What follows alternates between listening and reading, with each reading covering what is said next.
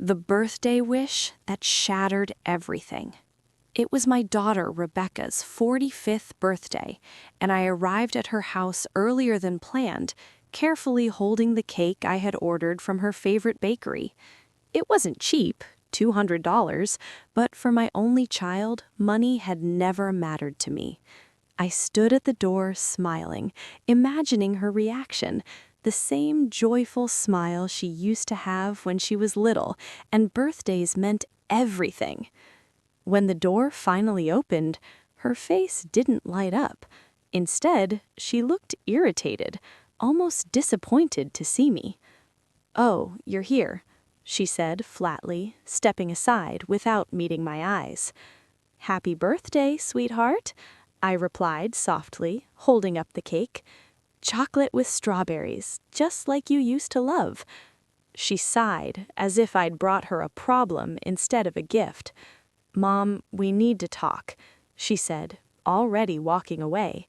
My heart sank, but I followed her into the living room, the same beautiful home I had helped pay for years ago. I had drained a large portion of my life savings so Rebecca and her husband could live comfortably. 40 years of nursing, endless double shifts, all worth it, or so I believed. She sat across from me, arms crossed, her expression cold. "I've been thinking about my birthday and what I really want." I leaned forward eagerly. "Tell me, anything you want.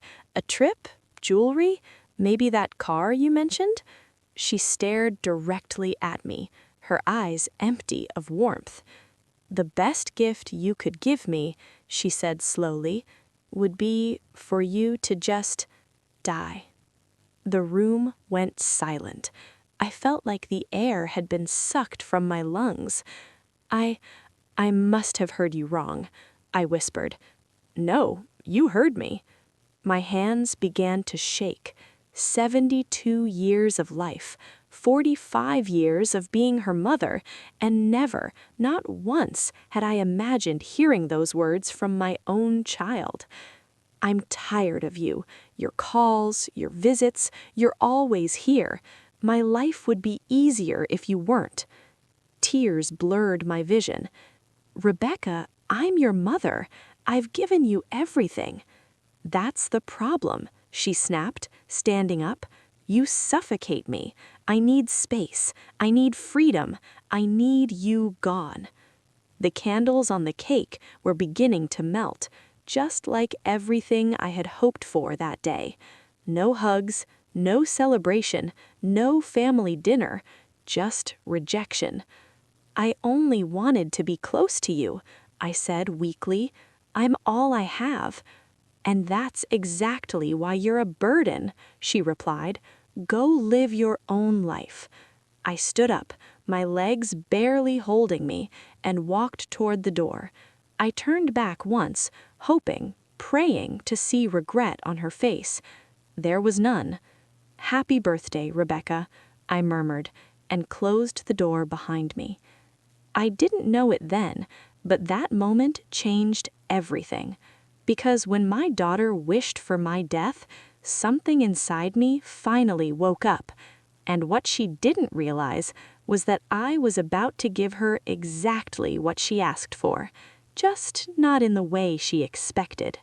But what she didn't know was the price of a mother's love. I returned to my small apartment that night feeling older than I ever had before. The cake, still untouched, ended up in the trash. The candles had melted into a crooked mess, just like my heart. I sat down on my worn-out sofa, the same one where I had rocked Rebecca to sleep as a baby, and tried to understand how my life had led to this moment.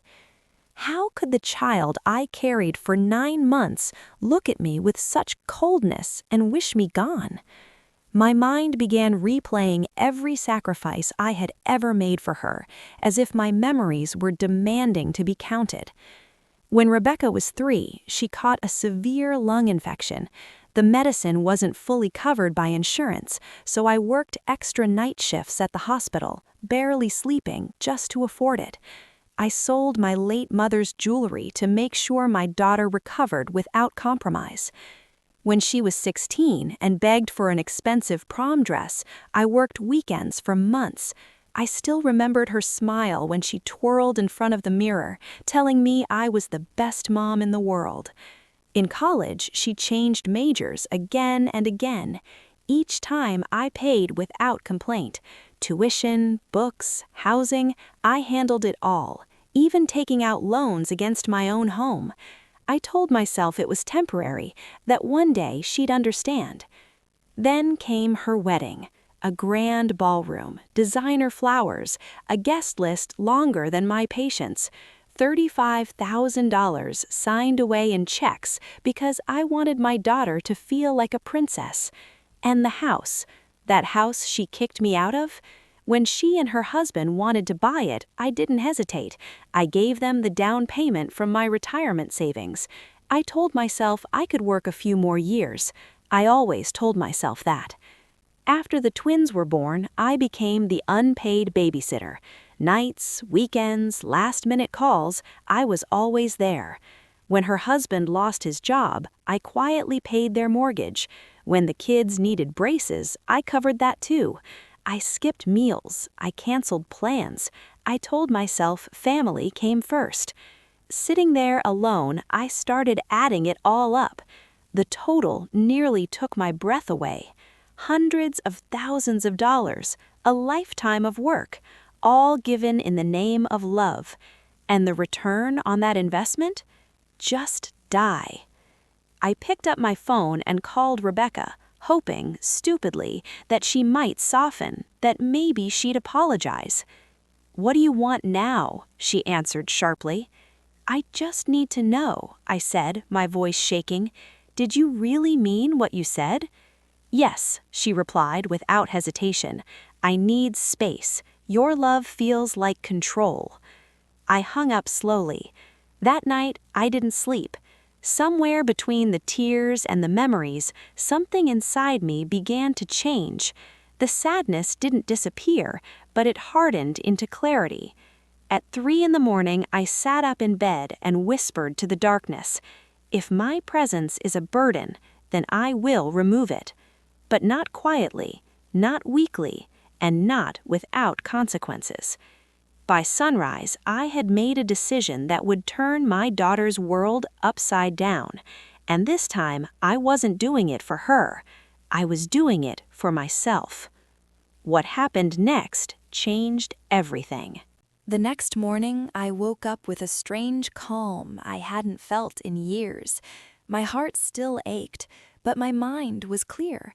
The woman who had spent decades putting everyone else first was gone. In her place stood someone determined to reclaim her life. My first stop was the bank. I walked in with steady steps and asked to close the joint emergency account I had opened for Rebecca years ago. It held $20,000, money I had saved just in case my daughter ever needed it. The manager looked surprised. "Are you sure?" "Yes," I said simply. "Transfer it all to my personal account." When I signed the papers, my hands didn't shake. Seeing that money return to me felt like taking back a piece of my dignity. Next, I went to the mortgage office.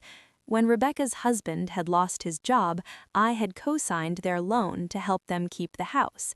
At the time, Rebecca hugged me and called me her savior. Now, that same signature gave me rights I had never planned to use.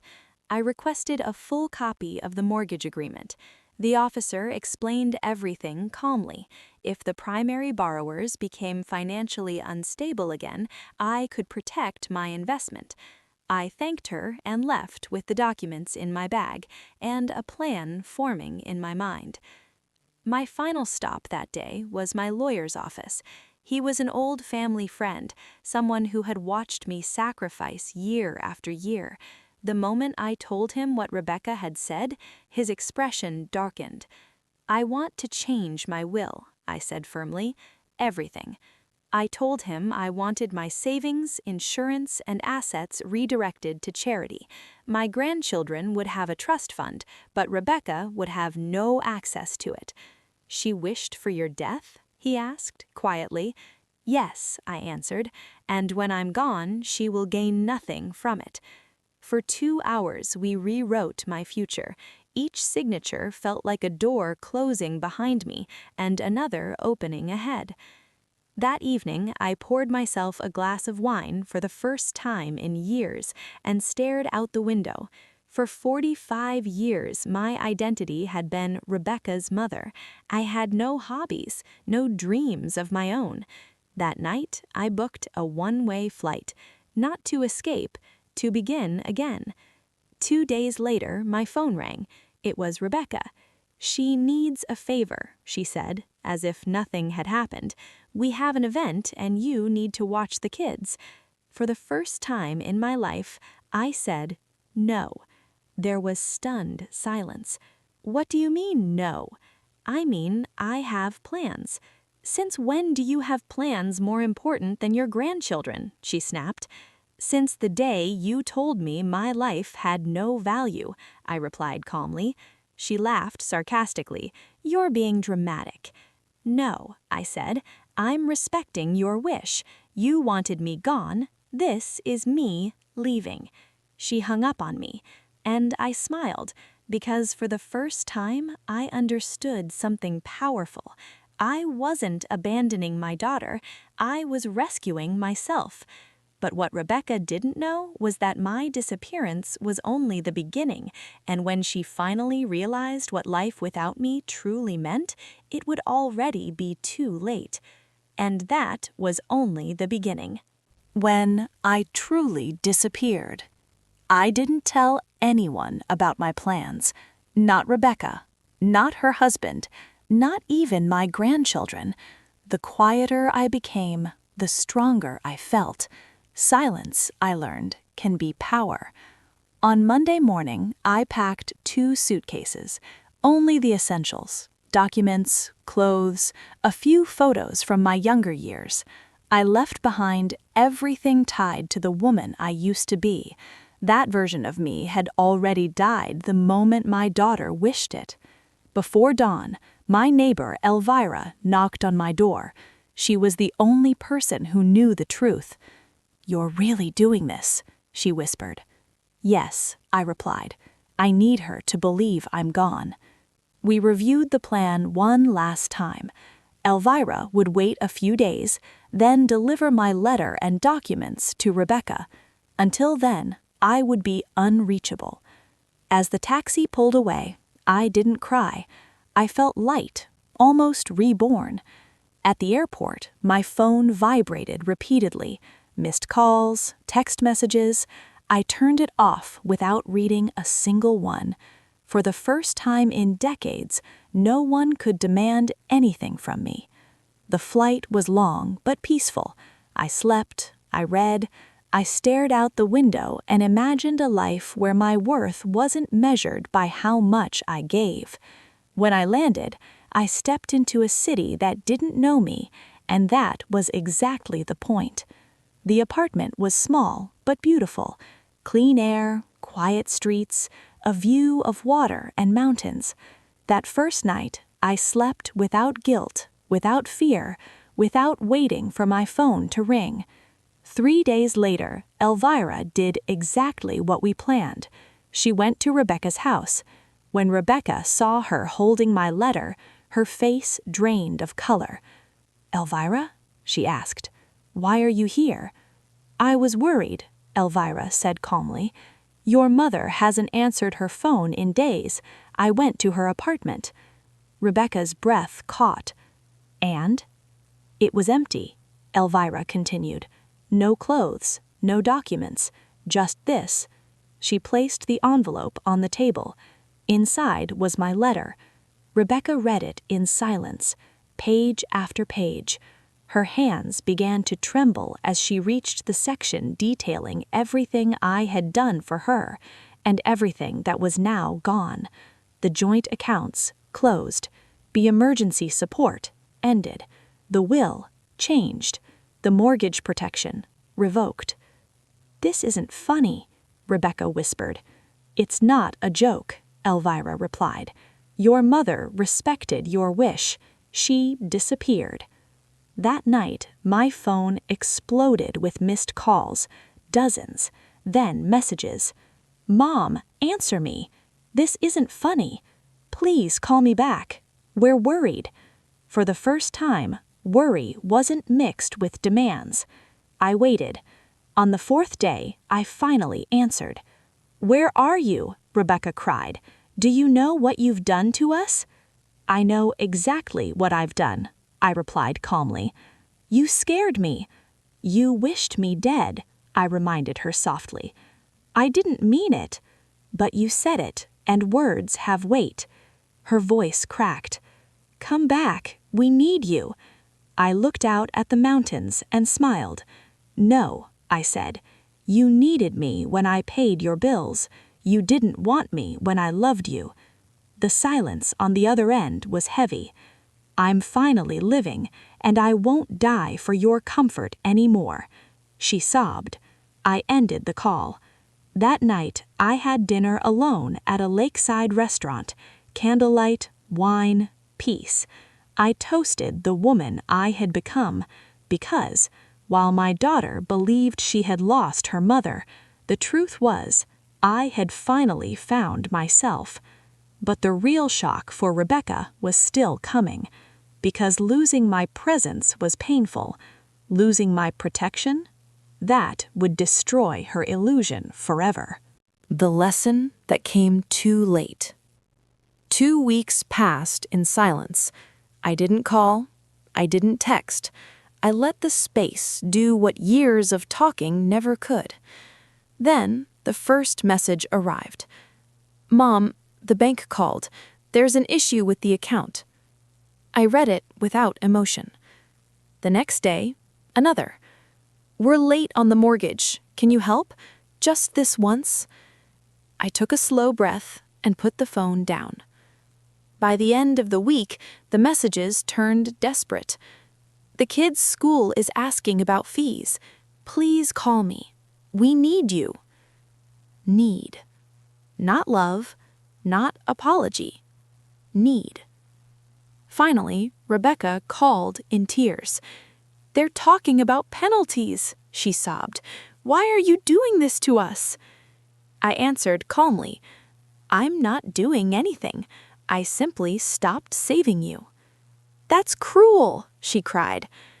"No," I said gently. "Cruel is wishing your mother dead and still expecting her to pay your bills." There was a long pause. "I didn't realize how much you did," she whispered. "That's the problem. You never did." I didn't yell, I didn't blame. I just told the truth.